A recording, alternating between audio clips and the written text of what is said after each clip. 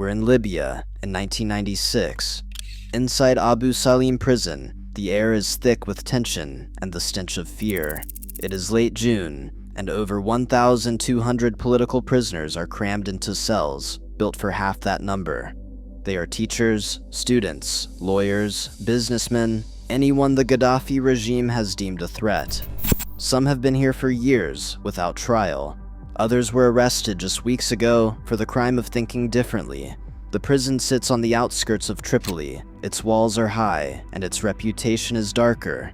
Everyone in Libya knows about Abu Salim. Families whisper its name with dread. To be sent here means you have disappeared from the world. Letters do not arrive. Visits are denied. You simply cease to exist. On this particular day, something feels different. The guards are more aggressive than usual. They are shouting orders, barking commands. The prisoners can sense it. Something is coming. For weeks, the inmates have been protesting, not violently. They are demanding basic rights, better food, medical care, and the chance to see their families. The conditions are inhumane. Men are dying from treatable diseases. The water is contaminated. Beatings are routine, so they have been demanding to speak with authorities. They have been asking for humanity. But Gaddafi does not negotiate with prisoners, and he certainly does not tolerate dissent. In the morning, the guards begin moving through the cell blocks. They are calling out names, dozens of them. The prisoners whose names are called are told to gather their things. They are being moved, they are told, to better cells, to another facility perhaps. The men exchange glances. Should they believe this? In Abu Salim, nothing good ever comes from being called out. But what choice do they have? When the guards call your name, you go. One by one they file out of their cells. Some are young, barely in their 20s. Others are middle-aged fathers who have not seen their children in years. They shuffle down the corridors, hands behind their backs as instructed. The sound of their footsteps echoes off the concrete walls. They are led into the prison courtyard. It is a large, open space surrounded by high walls. The sun beats down mercilessly. More and more prisoners are brought out until hundreds are gathered. They stand there confused, waiting, wondering what comes next. And then they see them, security forces, dozens of them, positioned along the walls, armed with automatic weapons. This is not a transfer. This is something else entirely. Some of the prisoners begin to panic. They try to move back toward the doors, but guards block their way. There is nowhere to go. The courtyard has become a cage, and they are trapped inside. Without warning, the order is given, and the shooting begins. The sound is deafening. Gunfire erupts from every direction. Men fall where they stand. Others try to run, scrambling over each other, desperate for cover that does not exist. Some throw themselves to the ground, hoping to play dead. But the shooting does not stop. It goes on and on. Those who survive the initial volley are hunted down. Guards walk through the courtyard, executing anyone still breathing, point blank. Methodical, efficient. The massacre lasts for hours. And when it is finally over, the courtyard is silent, except for the moaning of the dying. But the killing is not finished. Throughout the day and into the evening, more prisoners are brought out in groups.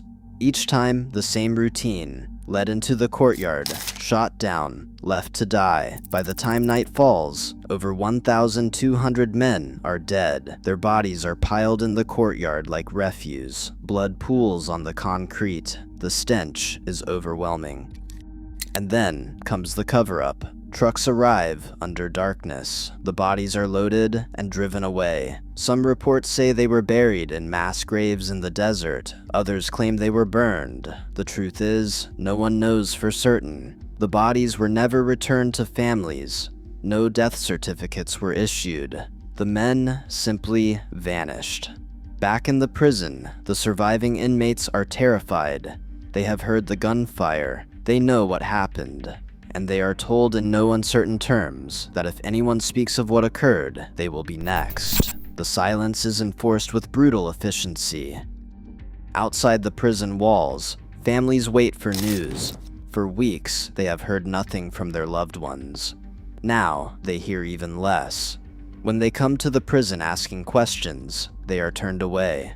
There is no one here by that name, they are told. You must be mistaken. Some families refuse to accept it. They keep coming back day after day. Where is my son? Where is my husband? Where is my brother? But the gates remain closed. The guards remain silent, and the families are left with nothing but unanswered questions. Gaddafi's government maintains the LIE. There was no massacre. The prisoners were simply transferred or released, or they never existed in the first place.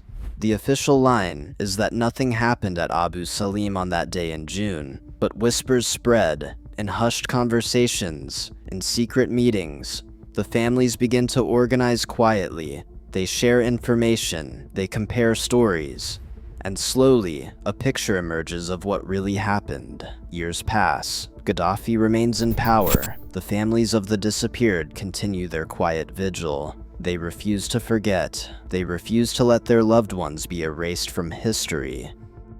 It is not until 2001 that anyone officially acknowledges what happened. A human rights lawyer named Fathi Terbil begins representing the families. He demands answers. He demands justice. The regime responds by harassing him, threatening him, but he does not stop. And then in 2011, everything changes. The Arab Spring reaches Libya. Protests erupt across the country. One of the sparks that ignites the revolution is the arrest of Fathi Terbil. The families of Abu Salim take to the streets. They have been silent for 15 years. Now they are done being quiet. They march with photographs of their disappeared loved ones. They chant the names of the dead. They demand accountability. Their courage inspires others to join them. As the protests grow larger, Gaddafi's grip on power begins to slip. And as his regime crumbles, more information about Abu Salim begins to emerge. Guards come forward with testimonies. Documents are uncovered. The scale of the massacre becomes clear. International organizations begin investigating. Human rights groups document the testimonies. The world finally learns what happened behind those prison walls on that June day in 1996. One survivor describes how he played dead for hours, while guards walked among the bodies, finishing off anyone who moved. He lay in a pool of blood not his own, barely breathing, until nightfall, when he was able to crawl to safety. Another account comes from a guard who was ordered to participate.